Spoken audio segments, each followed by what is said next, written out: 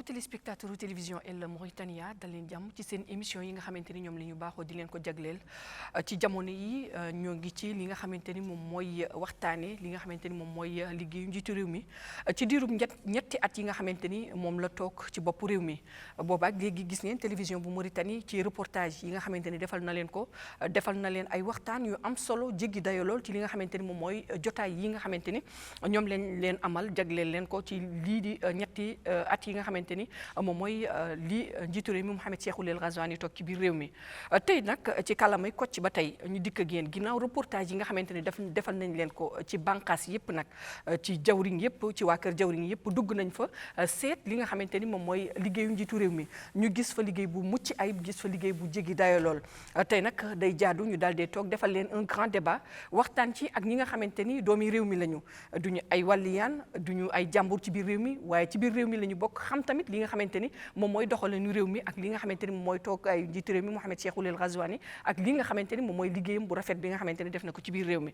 ci loolu rek mbokku téléspectateurs yi damay bàyyi ñi nga xamante ni ñoom ñooy samay gan di samay invité ci plateau bi ñu nuyoonteeg yéen laata ñuy sumb ci waxtaan bi nga xamante ni moom moo ñu fi toog a tax a toog tey jii ma daal de jiital ci nuyoo bi ki nga xamante ni moom mooy Ngisali Fall Ngisali di secrétaire généralu parti bi nga xamante ne moom mooy ñi ngànk nguur gi di INSAF Ngisali amati nañu mbégte laay wax amati nañu mbégte dalalaat la fii ci suñu plateau rawatina ak plateau bi nga xamante ni spécial la ñu fas yéene waxtaanee li nga xamante ni moom mooy ñetti at yi nga xamante ni njiitu réew mi Mohamed Cheikhul El Ghazouani toog na ko ci boppu réew mi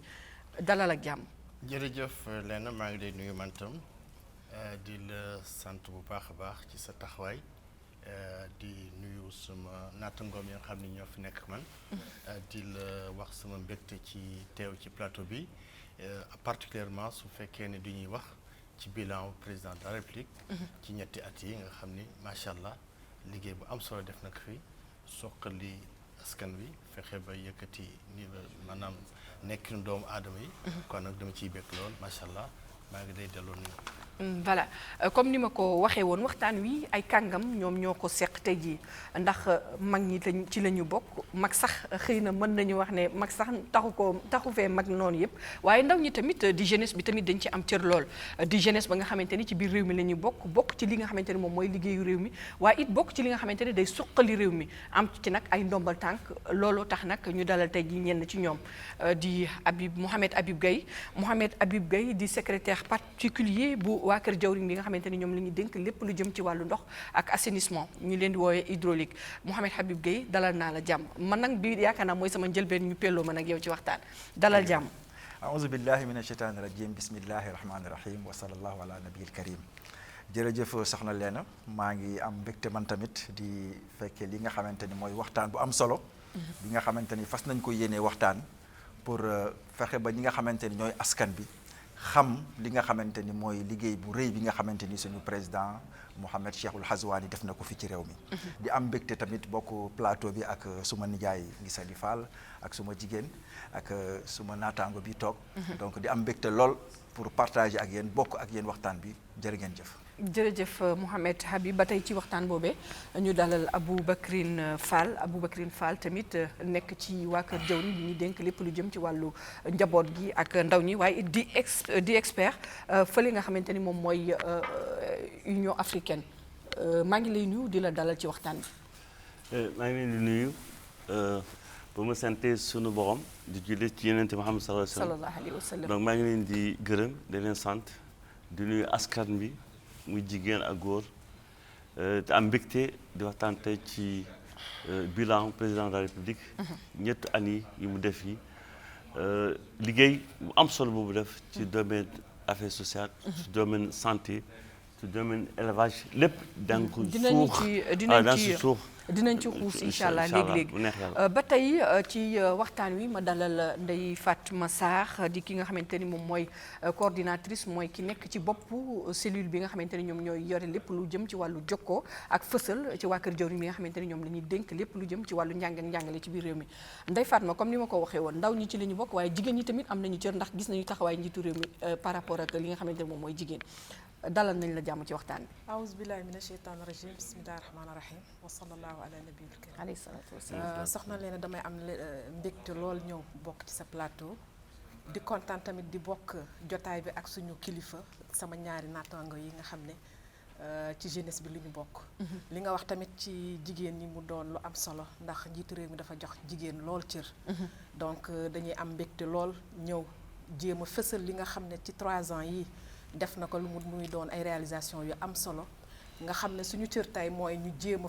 fexe ba fësal ko. ba fépp fu doomu Mauritanie nekk bu fekkente ni jotul woon ci li nga xam ne mooy jumtukaay yi ñu jot a teg ak xarale yooyu yëpp ñu jéem a fexe waxtaan ci ba képp ku mu umpoon nga jéem ci jot. nga jéem ci jot voilà mbokk yi comme ni ma leen ko waxee woon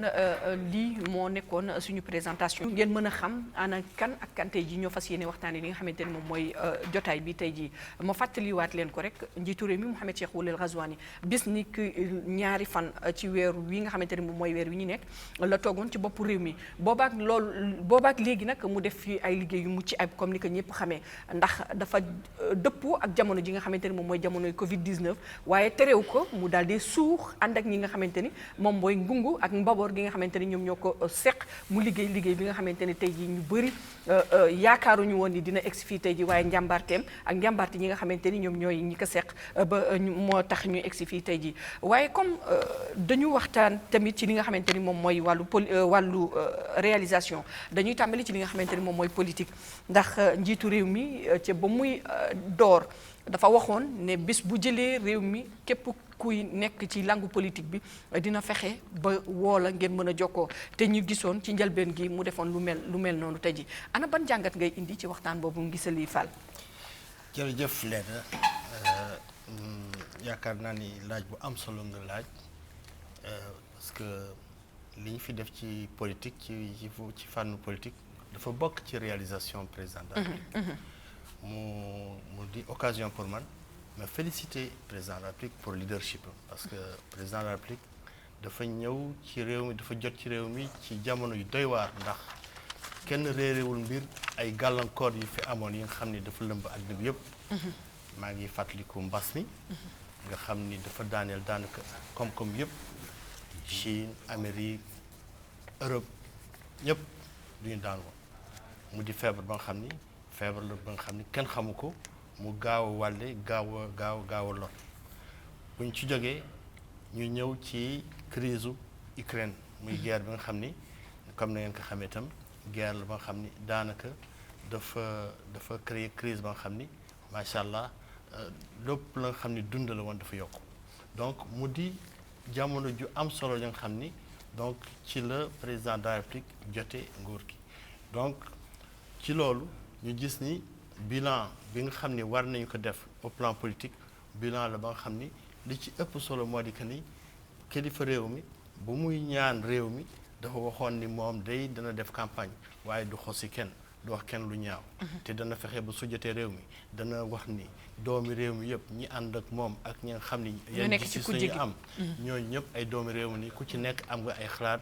ak pexe ya nga xam ni suñu ko boolee réew mi dana jëm ci kanam moo taxoon mu wax la nga xam ni mooy apaisement politique mooy lan moo di fexe ba nga xam ni ñëpp ñi nga xam ni doomi réew mi di yëngu ci politique ñu ormalante respectante di waxtaan mën nañu bakk bañ jëmu mais ñuy waxtaan ku nekk respect sa morom ku nekk itam teg sa morom te moom moo ci jiitu parce que bu mu jëlee réew mi ñi nga xam ne ñëpp ay président parti la ñu woon ak ñi nga xam ne dañu amoon ay nit seen gannaaw woon na leen waxtaan ak ñoom sottante ak ñoom xalaat déglu leen li nga xam ni wax nañ ko ci lu baax mu jéem ko jël du boole ko ci li muy def li bu fi mbas mi amee itam woo na kilifa parti yëpp ni leen nañu fexe ba xam ni mbas mi daaneelul opposition daaneelul ñekk nguur gi Mauritanien lay daan kon nañu jóg ñoom ñëpp ku ci nekk jël sa matukaay nga fexe ba ñi ànd ak yow nga yee leen ba nga xam ni feebar bi di leen faagaagal kon yaakaar naa ni ci loolu am na ay avancées yu am solo ya nga xam ni am na fi parce que noonu lu ñuy fàttaliku moo di que ni képp nga xam ne yaa ngi woon ci kujje gi di ñu daan dóor di la yóbbu kasu di la arrêté di la bamte te loolu xam ngeen ni dàkk na fi kon gàcc ngaalaama président de la République bu mu fexee ba doomi réew mi yëpp ku ci nekk yaa ngi toog fa nga nekk di waxtaan di wax sa xalaat fexe ba réew mi jëm kanam mu di lu am solo loolu Mouhamed Habib bu ma ñëwee tamit ci taxawaayu ndaw ñi gis nañu yi nga xamante ni bànqaas yi nga xamante ni jagleel na ko ndaw yi réew mi ci ñi nga xamante ni ñoom ñoo ñàkk xëy ci ñi nga xamante ni ñoom ñoo nekk ci biir réew mi ndax dafa teel a xam xëy na ne ndaw yi tey ñooy yaakaar réew mi ëllëg soo ñu mënee dikkal ci li nga xamante ni moom mooy taxawaayu njiitu réew mi ak digganteem ak ndaw ñi tey ji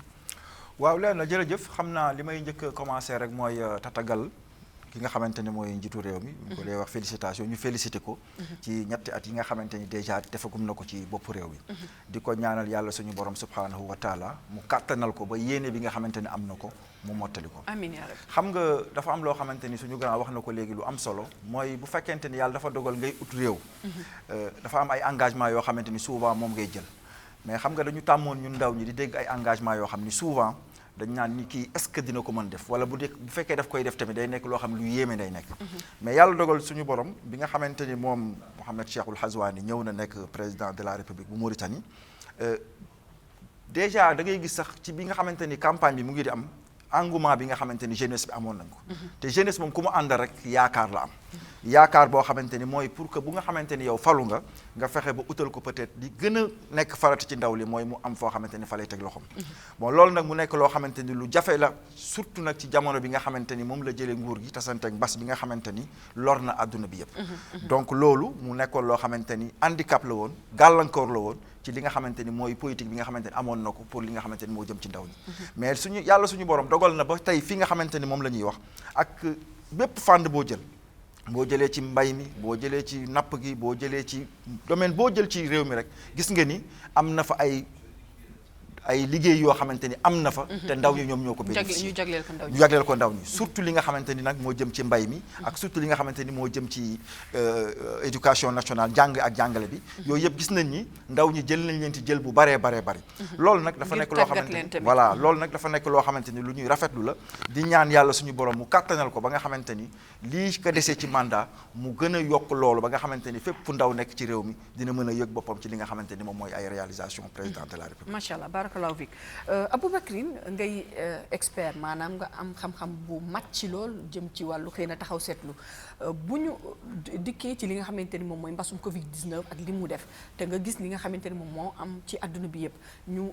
mën a tëkkale jiitu réew mi li mu mën def ci sa kër jawriñ bi nga xamante ni fa nga nekk ndax gis nañu ni mu taxawee njaboot gi xëy na am na ñuy xeeb wala am na sax ñu dem ba naa ni deful dara mais yow ci jàngat boo taxawoon ci jàngat boobu nga tëkkale li nga xamante ni moom mooy mbas mi ak nërmeel gi mu xamante ni nërmeel na ko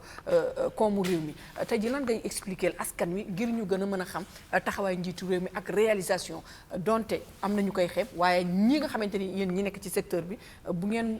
mën def jàngat mën def taxaw seetlu man xayma tamit xëy na boo expliquer mbokku téléspectateur bi mu mën a xam li xew ci seen biir kër jawriñ donc yaakaar naa ni kii question bu am solo la mais balaa ma lay répondre damay xóotal lu sama grand frère ngi say wax parce que président bi xam bu amee jàmm si diggante acteurs politiques yi ci réew bi def apaisement mbooloo nit ñi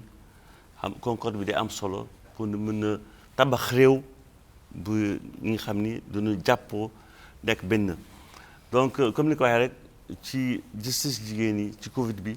président de la République jox na instruction yi am doole yu am solo même ci programme président de la République PROPEC am na un volet bu ñuy wax autonomisation des femmes dafa nu un programme très important bi nga xam ni duñu def un compte WhatsApp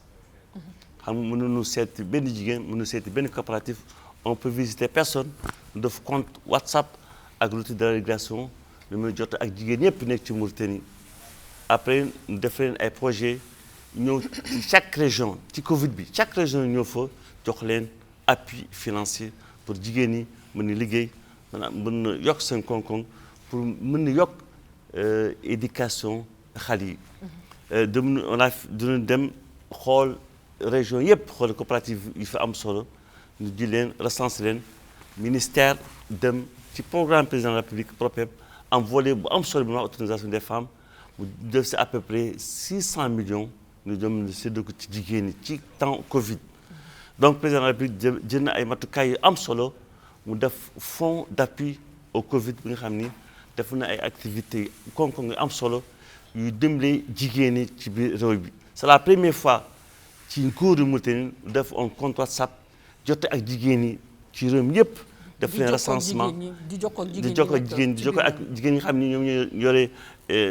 coopérative féminine yi jot ak ñoom recenser leen def leen seen ay projet ñëw ci chaque village chaque Bokata ñu ñëw jox leen seen xaalis les femmes ne croyaient même pas à ça parce que Covid bi ñëpp ragloon mais président bi jox na instruction bu benn activité loolu on a continué nos activités def programme bu am solo on a financé plus de 1300 coopératives féminines financement yooyu financement yëpp ci OTA c'est remboursable wala c'est remboursable mais jox ne ñeenti weer duñu fay ñeenti weer jigéen di ñuy liggéey 5e année commencé coopérative bu nekk ñaata ci coopérative bu nekk jox na leen 200 000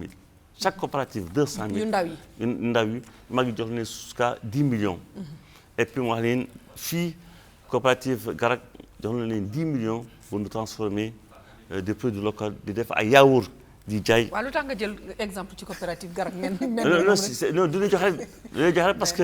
parce que du ñuy liggéey xam nga jigéen bu liggéeyee. dañuy war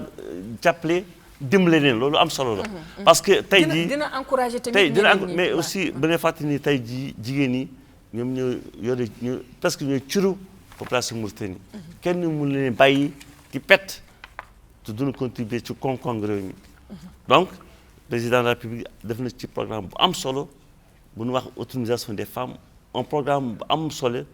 que bi ministère bu am mbindeef ak xale yi ak ñuy ak famille du ñu def programme bi topp ko évaluer ko mu am impact bu am solo ci coopérative yi donc loolu lu am solo la parce que li yëpp moom mooy jàppale moom mooy bilan social bi et puis ci beneen programme bi ñu wax diggante Taazur ak Mazef dafa nu bilan social bu am solo nu joxe ay transfert dindible famille yi nga xam ni duñu amuñu doole famille bu nekk am na 22 500 à peu près Taazur jox na à peu près plus de 2 milliards. ak prise en charge bi non dans suñu prise en charge bu mu def bi il a pris en charge plus de 600 familles mooy nga xam ne prise en charge bu gën a am solo depuis l'indépendance ci réew mi ba léegi c'est la première fois président Kazouani jël en charge 6000 familles jël leen ñoom ñëpp ak seen famille di leen aar di leen jox accès aux soins loolu lu am solo la. te duñu fay dërëm ci compte état c'est pris sur le fonds Covid moom mooy yore les 6000 familles. da ngay taxaw foofu xam nga ñun ñi nga xamante ni xëy na weer bii yëpp ñun ñoo nekkoon sur le terrain dugg ci bànqaas yëpp gis nañu lu réel la nga xamante ni jiitu réew mi. Mouhamed Cheikh Ould Ghazouani def na ko ci ay réalisation mais loolu yëpp dafa des umpale askan wi est-ce que loolu tamit mën nañu wax ne xëy na communication bi moo des wala ndax man ci sama bopp man nii tey ji am na lu bëri lu ma découvrir ci la nga xamante ne xëy na umpoon na ma. loolu dama lay expliquer lu am solo et puis am na leneen kii seulement programme président de la République ak Taazur mais ministre des affaires sociales mi ngi def travail bu am solo pour prise en charge yi nga xam ni ñu mën def am lu dara léegi képp nga xam ne amul prise en charge su fekkee ni dafa na su dossier mu ñëw ci conseil de santé ministère de la santé bu ne évacué fekk am na dara ministère de l'action sociale mooy jël en charge jox la prise en charge jox le billet aller-retour jox billet sa accompagnant jox la provision 200 000 pour nga jënd médicament pour mën a demilité si transport su fekkee nekk ci hôpital bi am convention ak réew mi. mais kooku borom day dem ci ministère bi. borom waaye day dem ci ministère day def dossier. mu dem ci médecin bu koy traité mu def que ce qu'on appelle un résumé d'évacuation pour évacuer ci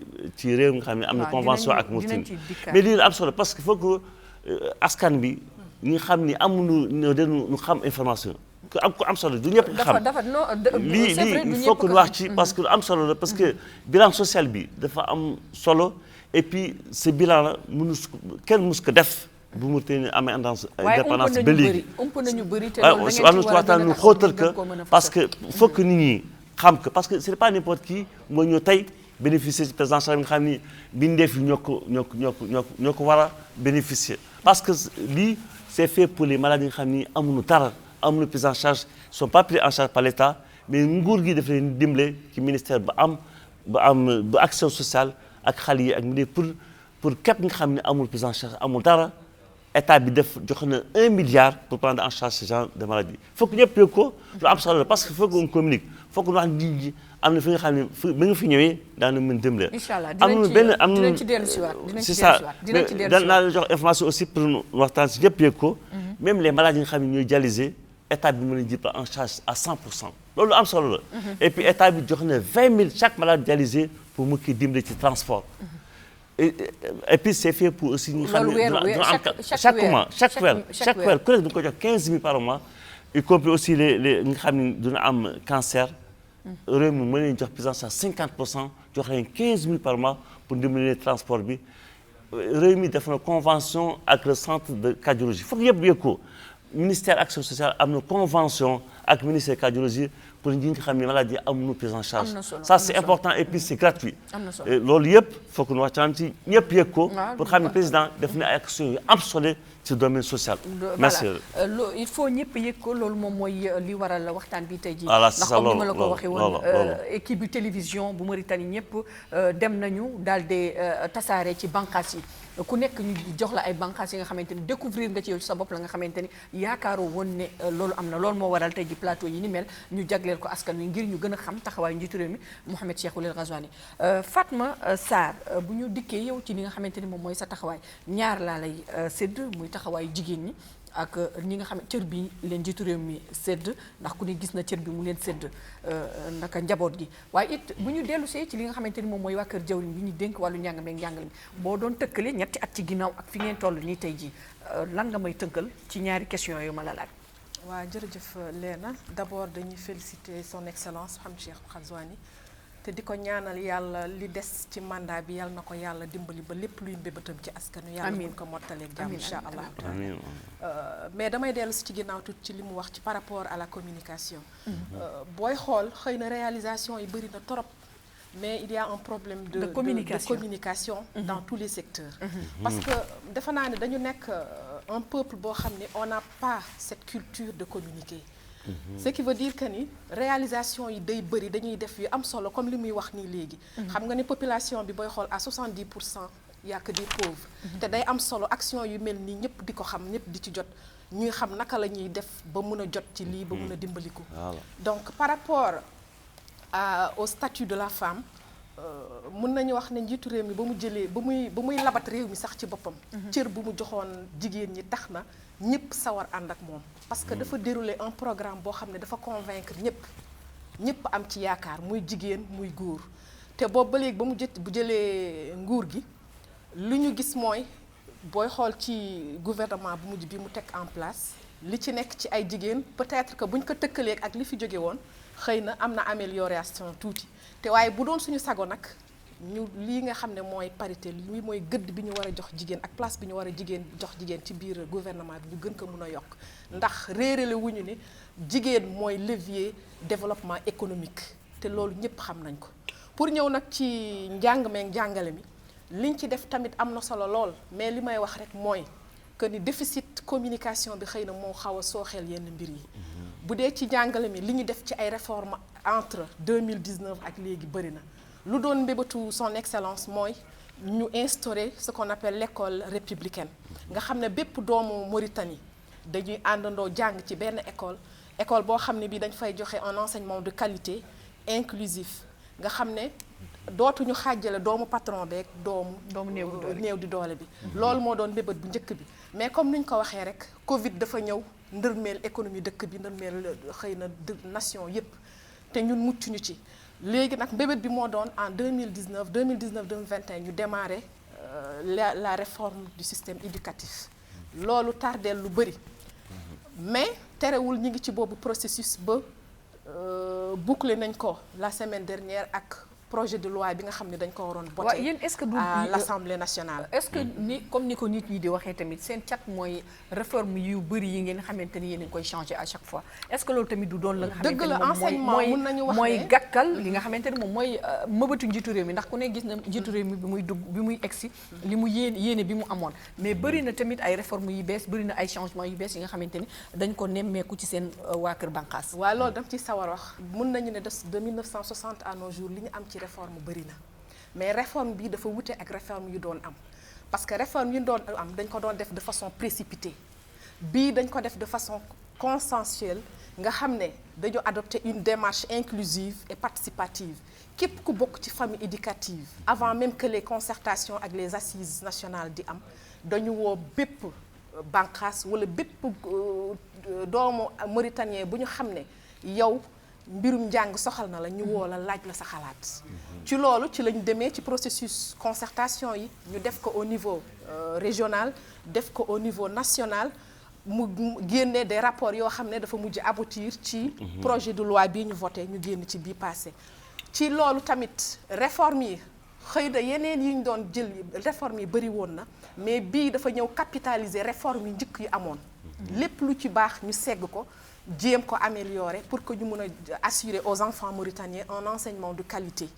donc loolu donc mooy différence bi am te aussi dafa am de façon consensuelle parce que képp kuy bokkoon ci famille éducative rek joxe nga sa xalaat ci mbir mi donc ñëpp d'accord ni dañu war a réformer le système éducatif mauritanien loolu mu nekk déjà un aspect positif donc li tardeel xëy na la mise en œuvre de cette réforme moo doon Covid bi nga xam ne ñun ñëpp dañ ko dund mais am nañu yaakaar ne rentrée des classes bi 2022-2023 bi incha allah dinañu démarrer ak cette réforme te ñoo ngi ñaan yàlla mottali ko incha allahu taala. am na solo. su ma nee surtout ci affaire réforme bi. waaw dikkal. non c'est ça réforme bi lu am solo la parce que lu mu wax lii réforme bi tey di dugal nu wax kàllaama national yi xam nga en tout cas les psychologues disent que bu ñu jàngalee xale ci kàllaamam bu mu nàmp xale bi day gën a am compétence et puis day gën a suux ci jàngale bi. et puis bu ñu introduire kàllaam yi national yi ça va tisser mbootaay bi day dëgërloo. est-ce que loolu bokk na seen programme. bokk na suñu programme parce que boo nee un enseignement inclusif déjà c'est important. da nga may foofu tuuti. boo nee déjà un enseignement inclusif ça veut dire que di ñëpp ci lañ bokk. ñëpp ci lañ bokk langue nationale xam nga avant dañu seetloo ne avant ak réforme yu njëkk yi da nga doon gis xale yi au lieu que ñu ànd parce que xam nga xale yi njàng mi liñ naan la cohésion sociale. ak cette unité nationale bi nga xam ne dañ ko yàgg mbébét dama am yaakaar ne ci njàng bi lañ ko mën a am te ak cet enseignement inclusif nga xam ne xale bu nekk d'ailleurs ci fànn boobu damay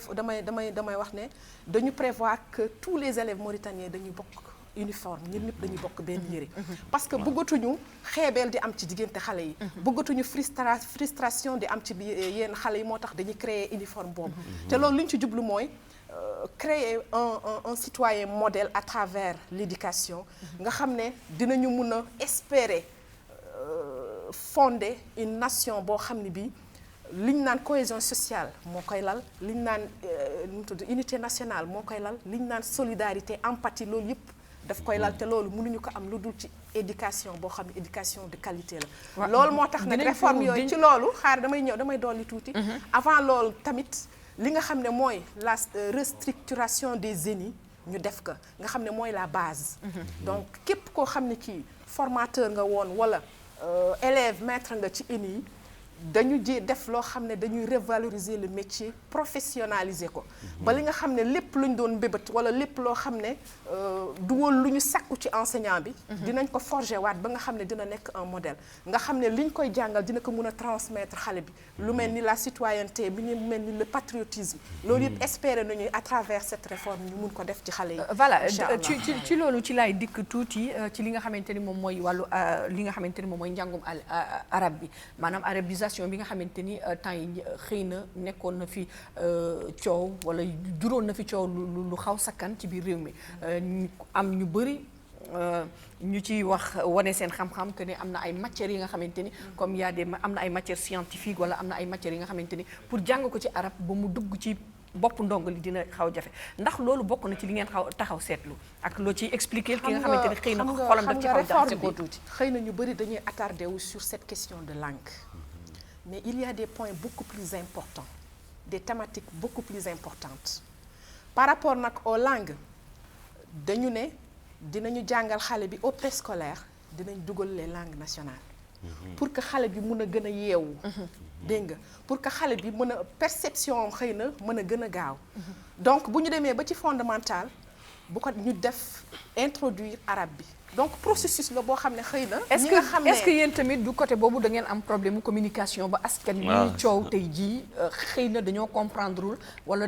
loolu moo tax balaa may entamer sama réponse ma delluwaat dafa taxawaat ci question communication bi. c'est partout ce n'est pas que qu'au niveau de l'enseignement déficit communication boobu fépp la. C'est dans tous les secteurs parce qu'on n'a pas cette culture wala on n'avait pas cette culture xëy na ci ñaari at wala ñett avec l'avènement de son excellence xëy na si la ñu gën a ubbeeku ci communication donc loolu moo tax xëy na ñu bëri askan wi dañ koy réere mbir te réeroo day am te loolu defe naa li ci gën mooy bu ñu jëlee benn projet teg ko wala bu ñu jëlee benn décision ñu mën a toog à travers la télévision à travers les radios ñu mën a gindi askan wi leeral bi ci war experts yi nga xam ne ñoom la ñu dénk mbir mi ñu mën a toog jàkkaarloo askan wi leeral ko merci beaucoup voilà léegi dañuy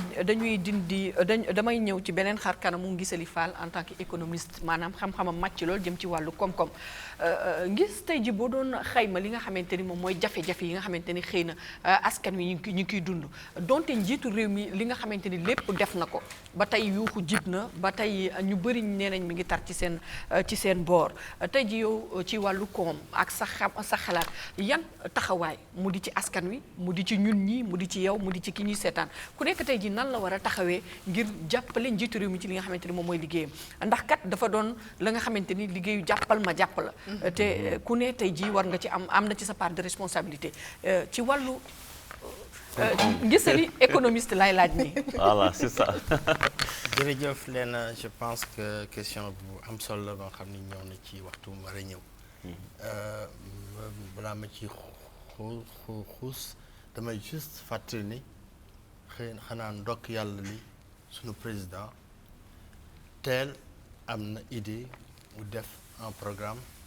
d'économie sociale et solidaire. parce que muy taazur bi. taazur la mais ak yeneen taazur dafa ëmb yu bëri. parce que en réalité. Covid bii ngeen di wax te këful mi ngi ci te daamun mi ngi ci ak yeneen bëri na ay volets yi nga xamante ni Covid bii ngeen di wax. bu mu amee maa ngi fàttaliku amul woon lu ëpp 10 respirateurs. tout à fait. ci structure santé yi te xam ngeen ni Covid ku ko am il faut que ñu dimbali la ci respiration.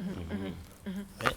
léegi ay centralu oxygène la ñu am. donc sax respirateur mais du ñu am ay centrales yi oxygène yoo xam ne jël nañu. donc ma ni ndokk yàlla li vraiment anticiper na. parce que su anticiper wul woon damay joxe rek ay exemple su anticiper woon tey crise bi am bi ci àdduna bi jógee d'abord ci mbas bi. ensuite jaar ci xeex bi am bi Ukraine ak conséquence bi ci prix pétrole ak prix denrées de première nécessité yi.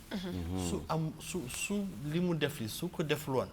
tey ñëpp ngi xeeb ñu ku nekk ngi ñaxtu et cetera mais imaginez su fekkoon ni retraités yi kenn doublewul seen pension nu muy demee tey. muy demee su fekkee ni retraités yi kenn doublewul seen pension su fekkoon ne enseignants yi kenn yokkul woon seen salaire ak personnel de santé bi. su fekkoon ni ñi néew ñu doole amuñu ay programme cash transfert ak ay programme d'assistance ya nga xam ni dañ leen di jox ay kits alimentaires nu muy demee. donc maa ngi ndokk yàlla ni président bi anticipé na pour changer parce que bu yàgg dina non économie développement économique mooy lan infrastructure la il faut que yoon yi il faut moom mu ni non nunu investir dans le social. nunu fexe ba ñi néew ñu doole ñu fexe ba dimbali leen. boole leen ci askan wi. waaw nunu fexe ba ki nga xam ni da nga daan toog xam ni yow amoo xaalis amoo dara mënoo faju nga toog jàpp ci yàlla di xaar dee egsi. wallaahi non nañu fexe ba lu mat 100 000 familles te loolu départ rek la ñu fexe ba ñu am accès à l'assurance maladie. 100 000 familles famille bu nekk su dee juróomi nit wala juróom-benn ça fait 600 000 personnes. donc ñun 4 millions lañu déjà 600 000 personnes yoo xam ne amuñu liggéey amuñu contrat liggéeyuñu ci administration liggéeyuñu secteur privé ñu ngi doon di daab ñooñu ñëpp tey am nañu accès à l'assurance maladie. nan la naroon demee su fekkoon ni par exemple groupe yi ñuy tuddee les groupes vulnérables amul ay kits alimentaires yu leen di jox périodiquement wala comme ni ko suma naataango waxee ay cash transfert yi nga xam ne ay salaires yu leen di jox. aujourd'hui élèves yi nga xam ni duñu néew doole xam ni seen waa kër duñu néew doole ay cantines scolaires lu leen defal te xam naa ni. il y a 172 000 élèves qui sont pris en charge. 172 000. 172 000. Oui. waxaat ko ci caméra bi ba ñëpp dégg. 172 000 élèves sont pris en charge dans les cantines et 1152 cantines am na ci région yëpp. excepté les trois régions. nga xam ne affaire de cantine yooyu ba ñuy xale lañ ko doon dégg. parce que cantine yi avant dafa limité woon à 50 000 mais avec son excellence Mame Cheikhou Hamidou Zawani egg nañu ba ak partenariat Taazour bien sûr. egg nañu 172 000 élèves. tout à fait. boutique yi wax boutique Tamwin voilà boutique Tamwin yi 1750 boutiques am na tey ci gox yeeg gox-goxaan yi di jaay ci ay prix yi nga xam ne leen subventionné pour permettre ñi nga xam ne du ñu néew doole xam ne mënuñu dem ci yeneen boutique normale yi ñu am accès ñu am ci accès évacuation sanitaire presque 10 000 personnes évacuées nañu leen te loolu gratuitement loolu daawul am donc moi je dis que vraiment président bi donc yàlla ndegam amoon na xelu investir dans le social et le solidaire parce que en réalité loolu moo tax crise ba nga xam ni dafa nekk crise bu metti tey bu mu egsee xëy na répercussion bi wàññeeku na bu baax ci nit yi. waaw Léna dama appuyer sama grand jox leen ay chiffres dama leen jox ay chiffres comme ni ko sama grand frère waxee tey jii. may ma dellu siwaat ci yow ok may ma dellu siwaat ci yow grand Habib tey jii ndox maa ngi walangaan nañu waxante dëgg ndox maa ngi walangaan ku nekk sa buntu kër. am solo quoi sa buntu kër ngay toog ndox mi di walangaan ba egsi ci yow. ndax mën nga ma defalaat tuuti ab jàngat ci seen taxawaay yéen yi nga xamante ni yéen waa kër jëwriñ bi nga xamante ni ñoom yéen la ñu dénk lépp lu jëm ci wàllu ndox meeg assainissement defal ma ci ab jàngat. waaw ci liggéeyu njiitu réew mi ci côté waaw jërëjëf soxna Léna xam nga. dafa am loo xamante ni foog ñu koy fàttali tamit. ndax le président de la république Cheikh Mohamed El Ghazouani bi muy laaj réew bi dafa waxoon ni fas na yéene bu jëlee réew mi mu fexe ba doomu Mauritanie fu mu mënti nekk ci réew mi. ndox fekk ko fa. loolu ku ne dégg na ko ci engagement yi nga xamante ni jëloon na ko ci campagne bi. yàlla suturaal ko aussi ak kon ni ñu ko waxee bien vrai que bi muy commencé rek ci la Covid bi ñëw. te ñëpp xam ni ci Covid boobu tam am na taxawaay bu mag boo xamante ni lii di ministère de l'hydraulique et de l'assainissement jël na ko ak service yi mu àndal ci mbàllum ndox ndax ku ne seetlu na ni ci diggante boobu ñu nekk ci Covid bi bari na ci ñu xamante ni ci population bi ñi ci ëpp seen facture ndox fayuñu ko woon. loolu yaakaar naa loolu moom lu ñuy fàng la kenn jeexu ko. loolu mooy bi ci des mooy ku ne xam ne ni mu waxee woon ne dinaa fexe ba ndox fu mu mënti àgg fu doomu réew mi mënti nekk mu àgg fa ku ne xam ne ni tey bu fekkente ni matalewul lépp tamit mën nañu wax ni li ci ëpp tey jii ndox àgg na fa comme ni nga ko waxee léegi ndax booy seetlu li nga xamante ni mooy li nga xamante ni ci wolof laa ko mën a waxee fit ndox bi di jaar pour mën a àgg ci nit ñi tey boo xamante ni ci diggante 2019 bi ba ci 2022 bi ñu ngi wax ni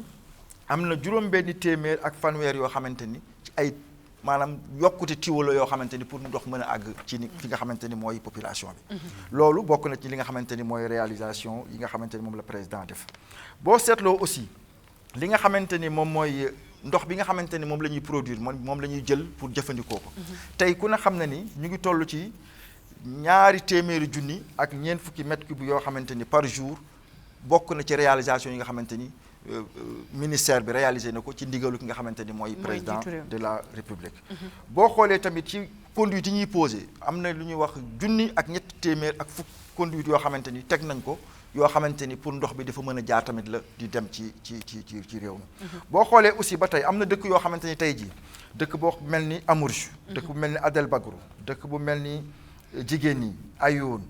yooyu yëpp tey fi nga xamante ni mooy côté Néma ku ne xam ne ni ndox dafa jafe woon et loolu là je parle sous le contrôle de l'ancien DG de la SN2 ku ne xam ne ni foofu ku fa musaan di ñëw li ñuy njëkk a def mooy génne ay bidon di la wax ni dañu mar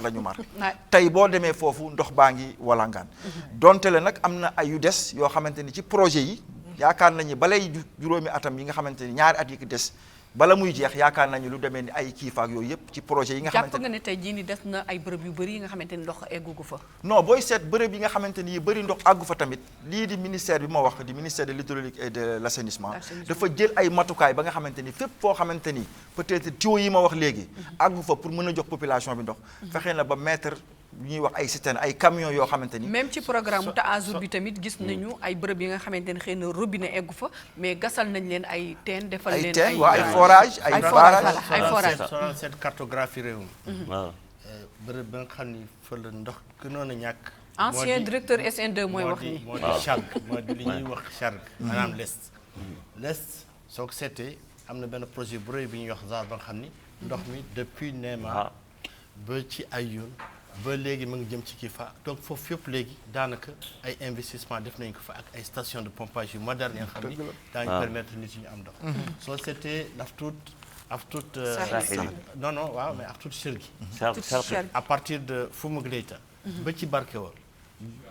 gox goxaan yi amul bu ci amul tey adduction d'eau soo seetee ci vallée bi daanaka am na ay projets yoo xam ne ils sont en cours pour def ay stations de pompage parce que ñooñu dañu dëkk ci tàkk dex gi te mënuñu naan ndoxum dex gi parce que ndoxum dex gi dafa bari ay produits chimiques donc am na ay stations yoo xam ne ñu ngi koy defar temps yi pour permettre nit yi di naan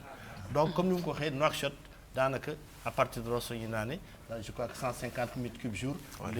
Kër Masène ngeen di naane. Mauritanie yëpp Kër Masène la ñuy naane. waaw Kër Masène yaa ngi doon wax. donc vraiment ay efforts yu importants. mais li ci ëpp solo. fàtte naa leen wax le projet du Nord ba nga xam ni dafa far jëlee ndox mi ci fleuve yóbbu ci gox ak goxaan ci Nord mais li ci ëpp solo moo di que ni stratégie nguur gi moo di que ni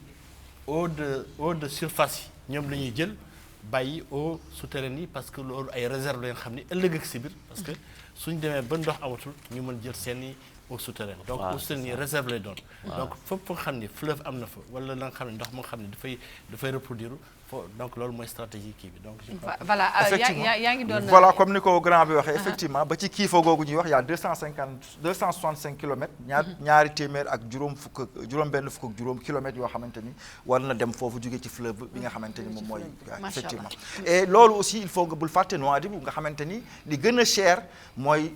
maanaam xam ñu koy waxee ci wolof usine de dessalement maanaam yi nga xamante ni ndox bi ñuy jëlee ci géej gi dindi xorom si pour mën ko jox nit ñi ñu naan sans oublier aussi les branchements sociaux yi nga xamante ni dañ koy def nit ñi tey ñoo xamante ni bu ñu bëggee ndox dañ koy am ci njëg bu yomb te bul fàtte tamit ba tey ci li ma wax ci côté assainissement tey boo seetloo am na ay latrines publiques yoo xamante ni mën naa wax lim bi fii yoo xamante ni ku ne seetlu na ko tey ci dëkk bi foo xamante ni fu nit génn rek am nga foo xamante ni nga fa mën a suturlu sans nga am problème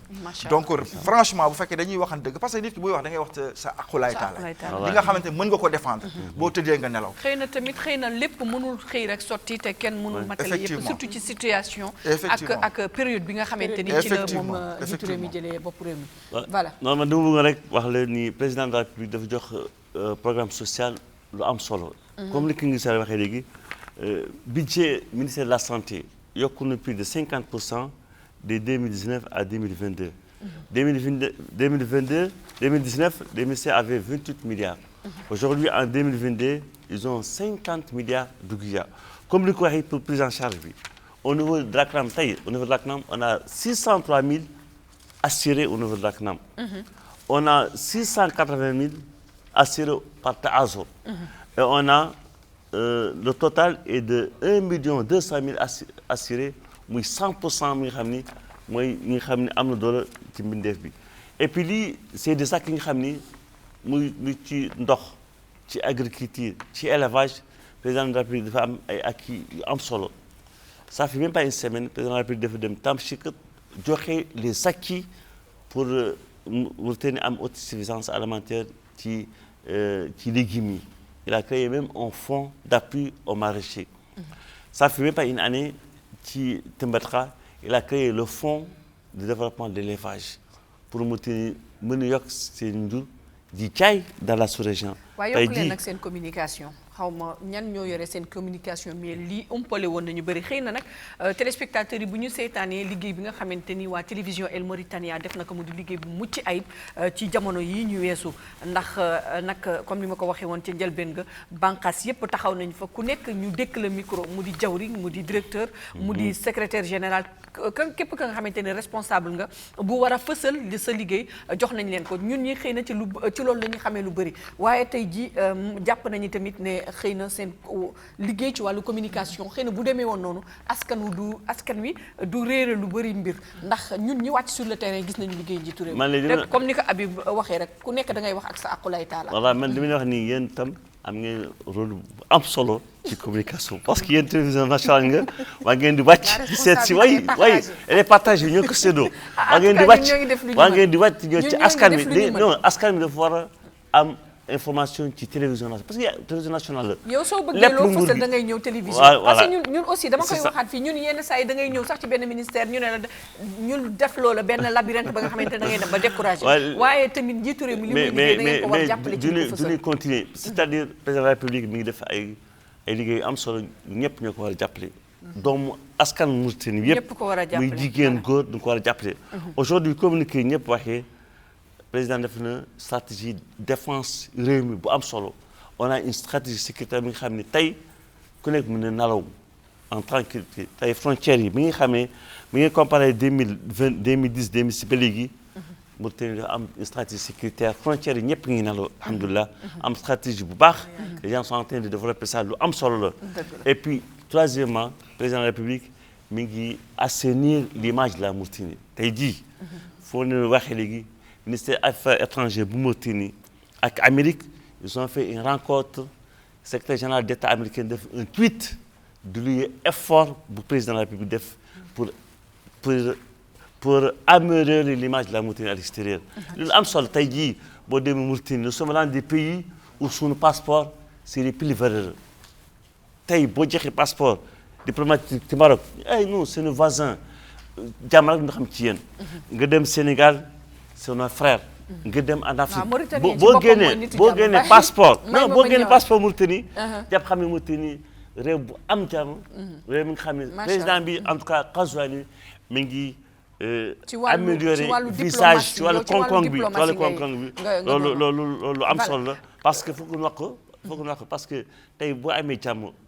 boo demee mbitir kay xool Mauritanie pays respecté image lu am solo la kooku koom-koom am na solo Ndeye Fatma Sarr njiitu réew mi Mohamed Cheikhul El Ghazouani defoon na benn discours yëkkati nañ kat may ma ñëwaat parce que tour de table ku nekk da nga am lu looy wax joxaat sa morom wax parce que pourquoi ñu wax ci lii parce que bilan social bi damay ñëwaat ci yow waxtaan bi jeexagul damay ñëwaat ci yow loolu quoi social bi oui mais éducation bi am na solo oui c'est ça ñoo bokk c'est un complément maa ngi ñëw ak yow Ndeye Fatma président de la République Mohamed Cheikhul El Ghazouani defoon na discours ci defe naa ENAC yu mu jon ñi génn def discours bu am solo daal di leen soñji ndax moom ci boppam dafa ne liggéey la bëgg te kuy liggéey la bëgg daal di leen yépp maanaam comme ni ko mag ñi di waxee daal di leen yëpp waaye gestuwaat ci ñi nga xamante ni ñoom ñooy ñi ngànk liggéey yi maanaam ministre yeeg directeur généraux yeeg ne leen képp ku mënutul na nga bàyyi. yow tey jii boo doon xayma sa taxawaayu waa kër jawriñ tey jii ana lan nga ñuy tegal ci kaw table bi. sama taxawaayu waa kër jawriñ man dama koy saluer. ni ko baal da ngay ràcc jëmale sa kanam non du ma ràcc jëmale sa kanam gis nga xàqulaay bu taala bu Habib wax dafa am solo. dégg nga parce que lu ni fàng tamit kenn du ko jeex c'est ça suñu ministre moom wax dëgg yàlla ñun dañ koy tiitaroo te dañuy ñaan yàlla tamit li mu def yàlla na ko yàlla gën a yokk insha allahu taala parce que gis nga jàngale ko jàng ak njàngale mi moom mooy base du développement mooy base du lépp tout à fait te gis nañu bu mu fi ñëwee léegi dafa ñëw ak son excellence boobu ba léegi gis nga ñu fi teggi di tegaat te defe naa ne on ne change pas une équipe qui gagne te bu mu ñëwee li mu teg dafa leer nañ dafa teg une feuille de route boo xam ne bu leer nañ la li ñu jot a liggéey lépp muy booy xoolee ci la réforme des ENI boo xoolee ci wàllum recrutement bu mu ñëwee léegi toll nañ ci lu mat 6000 recrutés côté ressources humaines parce que déficit bu gënoon criant ci éducation moo doon ressources humaines bi am na ñoo xam ne kenn xamatul woon fu ñu nekk am na ñoo xam ne kenn xamatul woon fan la ñuy dépendre mu mettre en place benn système d'information bi ñu naan SIGE nga xam ne képp kuy élève dañ lay identifier da ngay am matricule képp ku yore école sa école day am matricule képp kuy enseignant tamit dañuy am les informations nécessaires ci yow képp koo xam ne aussi personnel encadrant nga dañuy am information ci yow ci système SIGE boobu am na lu toll ci junniy enseignants yoo xam ne kenn xamatul woon fu ñu nekk feeñ nañu tey am na lu toll ci 400 écoles wala lu ko ëpp yoo xam ne yi tey ji yoo xam ne régulier wu ñu woon wala yoo xam ne yi peut-être dañu tëjoon sax kenn amul ci ñoom benn information yoo xam ne tey ji mettre nañ leen en place. booleeg école yu bees yi ñuy tabax booleeg école yu bees yi. école yu bees yi ñuy tabax tamit mu nekk ay réalisation yu am solo ndax am na ci yu bëri yoo xam dañoo délabré woon. am na ci yu bëri yoo xam ne amatuñu woon mur amatuñu dara liñ ci defar ak liñ ci réceptionné ak léegi l'objectif de son excellence c'était que mu créer 2000 classes li ñu jot a réceptionné ak léegi ëpp na 1000. dégg nga bu fekkente ni damay dem ci côté amélioration du contenu amélioration des conditions des enseignants. li ci jot a am ci amélioration dafa bëri booy xool ci masse salariale bu ministère yokk na lu bëri bu dee ci budget bi dañ ko fekkoon à 16% dem na léegi ba 18%. dégg nga bu fekkente ni ci côté indemnité la ñun bu ñuy dugg amuñu woon indemnité dañu amoon salaire 64000 ujier bi ñuy ñëw cote moom la ñu amoon léegi boo nekkee booy bu dugg da ngay am sa prime de crée nga am 45000 par mois. mu jógee ci 20000 yokku 30000 dem ba 45000 léegi actuellement yóbbu nañ ko ba 45000 prime d'éloignement dañ ko yokk à 150%. ak prime d'encadrement yeeg yooyu yëpp xëy na nag dañ koy xeeb mais état ci planification lay dox. dégg nga te loolu. xëy na ñu ngi wax ay wax te gis ngeen njëriñ ci résultats yi nga xamante ni njëriñ ci résultats yi lu koy firnde mooy résultat concours national yi passé nga xam ne daaw dañu génnoon ak 8%. daaw dañu génnoon ak résultat bac 8%. ren ñu yokk ba 12%. donc dañuy ñaan yàlla mu gën a yokku te ci fànn yëpp la ci côté yëpp éducation donc c'est plusieurs réformes yoo xam ne dañ ko def en même temps. te loolu yëpp tey boo gisee tey résultats yi yokku ça veut dire que ni am na amélioration yoo xam ne def nañ ko ci secteur bi. ci côté enseignement des filles éducation la scolarisation des filles surtout nga xam ne lu am solo nga xam ne ñoom ñooy suñu yaakaaru ëllëg. ndax njëriñ bi ñu jox jigéen mu am benn promotion boo xam ne dañ koy def sur la rétention des filles. ci loolu am na famille yoo xam ne dañu doon bébét ni seeni doom école yi ñuy jàngee dañu sore duñu leen mën a bàyyi ñuy dem ndax problème de sécurité. ci loolu mu am lu toll ci 3000 filles yoo xam ne bénéficié wu nañ ci bourse. mu am des collèges de proximité yoo xam ne xale bu jigéen bi dootul obligé di jóge quartier ba quartier di dem jàngi. mu am cash transfert yoo xam ne dañ koy def pour les familles vulnérables. am aussi ñi nga xam ne dañu sore nu mu tudd sax indemnité de transport wala ay oto yoo xam ne dafa leen di mën a jël yóbbu leen quartier genre bourse waaw dañu am des bourses aussi dañu am des bourses te même loolu pour la promotion aussi des filles la première dame chaque année les lauréates dafa leen di jox ñoom ñëpp dañuy am ay bourses dañuy am ay primes aussi donc mu nekk lu bëri loo xam ne secteur bi def na ko. xëy na xajul fii mais incha allah dinañu defaat yeneen ay débat yeneen ay waxtaan ngir mën cee yaatal ñu ngi may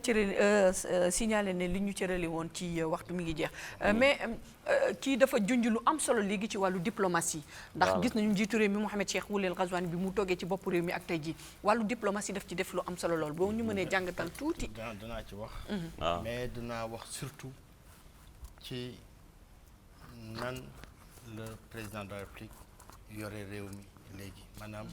nu nuy joxoñe te loolu damay dellu si ci ñetti discours Wadane ba nga xam ni dañuy wax yamale unité nationale crédibilité respect ak dignité citoyen yi ñu bañ a boddi compter suñu diggante discours ENAMJ ba nga xam ni effectivement dañuy wax foofu ni administration bi dafa war jóge administré kooku lu am solo foofu dama la fay poser benn question ndax xëy na du yow yaay xëy di topp ci ministère yi ba xam mais est-ce que remarqué nga benn changement ci bi njiitu réew mi defee discours boobu ak tey ji est-ce que am na benn changement wala am na changement bu am solo xam ngeen ni am na changement bu am solo dans la mesure où comme ni ngeen xamee vraiment wax dëgg yàlla réew mi soppeeku bu am solo am na ci parce que devoir de vérité parce que réew mi il faut que ñu tekk ci dëgg ak yoon ak respecter. bañ a maslaha bu bëri bi ñu mooy tudd ko maslaha bu bëri bi. société président de la République bu mu jógee daal di wax ci Sonalek wax ci SN2 wax ci respect doomu aadama yi ak ni ñu daan dem rek ñoom. kon loolu am solo la. donc man dama gis ni diplomatie bi itam comme na ngeen ko xamee. diplomatie Mauritanie tey voix Mauritanie dafa porter au niveau de la sous-région. au niveau de l'Afrique. président bi moom moo wax nañu xoolaat système des Nations Unies parce que tekk ci égalité président de la République moom moo waxoon à Dakar nañu xoolaat problème mu financement du développement annulation de la dette donc comme ni mu ko waxee vraiment président de la République baatam dafa jóg ci forum Afrique ak dans le monde arabe pour permettre à ce que ñu très rapidement tamit nga waxtaanal ñu nga waxaaleel ñu tuuti ci discours am bi mu defoon ci Tamsir jëmee ci baykat yi ku ne gis na tamit taxawaayam loolu lu am solo la parce que gis ngeen ni bu problème amee ñun ak Maroc ñu tëj gargaraat toog nañu fii carotte amu fi wallaay loolu kenn mënu ko xalaat su fekkee ni gis nañu ne ñun am nañu ndox am nañu suuf bari nañu ay chômeurs loolu mënul nekk parce que duñu liggéey donc loolu moo tax président de la République discours am ci Rosso daf ne nañu fexe ba képp ku nekk na jóg jéem a bay waaram pour que autosuffisance ñu am ko parce que suñu amee autosuffisance su àddina bi daan tàkk ñun suñu en tout cas Covid 19 bi yéena na ci lu bëri donc loolu nguur gi mu ngi ciy def ay jéego yu am solo d'ailleurs ren daanaka ñi demoon di bay yëpp duñu leen transporter seen bagage dëgg fa administration yi duñu leen jox ay instructions gouverneurs yi ak préfet yi pour ñu yombal nit yi accès à la terre pour que nit yi bay parce que suñu bayul duñu nekk dépendant waaye tamit na gestuwaale ña ca wàllu ko ñoom tamit ñi nga amee suuf su bëri amuñu financement yi am na nag financement yi am na budget de 4 milliards CDD day joxe ay financement il faut que sunu mbokk yi ñu takk seen fit tamit xëy na tamit mooy li ñu wax rek communication bi moo jàll suñu mbokku baykat yi góorgóorlu leen ngeen di seetaan télévision bu Mauritanie ngeen xam lu xew ci biir réew mi fu financement am ngeen dem ca ndax seen c'est votre droit le plus absolu lu Samba am Demba am ka yéen tamit mën ngeen ko am Habib Gaye waaw xam nga pour bañ a yàggal comme léegi émission bi ndax jeex na ba pare nga jaar fa rek tàgguwaale mbokku téléspectateurs dafa am lu am solo xëy na émission yi permettre ñu pour ñu li ñu bëggoon wax yëpp wax ko mais xam nga dafa am lu am solo lu ñuy wax bilan matériel ak bilan immatériel te dafa am lu ñu wolof di wax naan bala nga naan naam ne fa te loolu aussi il faut ñu sargal ci le président de la République ndax bu fekkonte ni jàmm amul voilà dara du am du ñu wax bilan te ne il faut que ñu saluer li nga xamante ni mooy liggéey bu rëy bi nga xam def na ko pour jàmm am ci réew mi muy ci suñu sécurité maanaam ñi nga xamante ni police gendarmerie ak armée bi seen liggéey tam ñu rafetlu ko te loolu yëpp ginnaaw yàlla ak njiitu président de la République la bi ci des tamit mooy dafa am solo aussi comme ni nga ko waxee ñun ñi nga xamante ni ñoo féete ci côté waalu gële di suñu askan dëgg la bilan président kenn werenteetu ko ndax lu ñuy fàng kenn du ko jeex li ci am solo ba am solo mooy comme ni ñu ko waxee dañuy ñaan population bi képp koo xamante ni citoyen Mauritanie nga xam ni dafa am loo xam yow yaay jug dem uti ko yow yaay dem vers l'information bu ko defee après léegi ñoo ngi ñaan tamit ñi nga xamante ni ñooy saytu di recenser tamit ñuy def seen wareef parce que tamit ba ci recensement Taazour bi fii laay am occasion wax que am na ñu bëri ñi nga xamante ni ñoo ci gën a yellool à commencer par fa ma dëkk am na ñu ko yellool torop te jotuñu ci loolu damay wax rek ngir yàlla gis nga recensement affaire Taazour gox yeeg gox-goxaan yi gars yi dañoo équipe dañoo ñëw def assemblée générale. di leen yéen. loolu am na parce que man def naa reportage ak waa Taazour. yéen seen dëkk. tant de personnes ñoom nañ fi jël. mais suñu paree ñu defaat beneen équipe bu def suivi. équipe de suivi dafa war a am ci lu ne. maa ngi dikk ak yow léegi nag looy tàggoo mbokk émission bi jeex na ba tare. leena li ma bëgg a wax rek bala may jeexal mooy aussi wax nañ bilan bi rafet na trop. wax nañ bilan bi rafet na trop. li ñuy ñaan président de la république te moom sax wax na ko. mooy que ni ñi nga xamante ni ñoom la doxal digganteem ak population bi. ñooñu def seen liggéey rafet. ndax tey jii ndaw ñi ñoom ñëpp am nañ yaakaar ci moom te yaakaar boobu yàqekoogul parce que dese na ko mais ñi nga xamante ni ñoom lañ jox ndomba tànk yi jox leen cër yi ñu war a topp liggéey bi ñu xool liggéey bi ndax baax na wala baaxul àggale ko fu mu war a ndax lu amul suivi tamit baaxul Fatma loo ciy teg te nga tàggatoo mbokku téléspectateurs yi ci suivi boobu ak évaluation bu xëy na problème yi am yëpp peut-être ci loolu lay am ci loolu lay parce que dañuy am énormément de projets mais li ñu naan suivi et évaluation toujours mooy poser problème donc ci li ngay wax recensement bi ak loolu man de damay seede ni ci sama dëkk wax dëgg yàlla gaa ñi jot nañ ci. recensement bi egg na fu ne recensement bi egg na bu dee cash transfert yi egg na.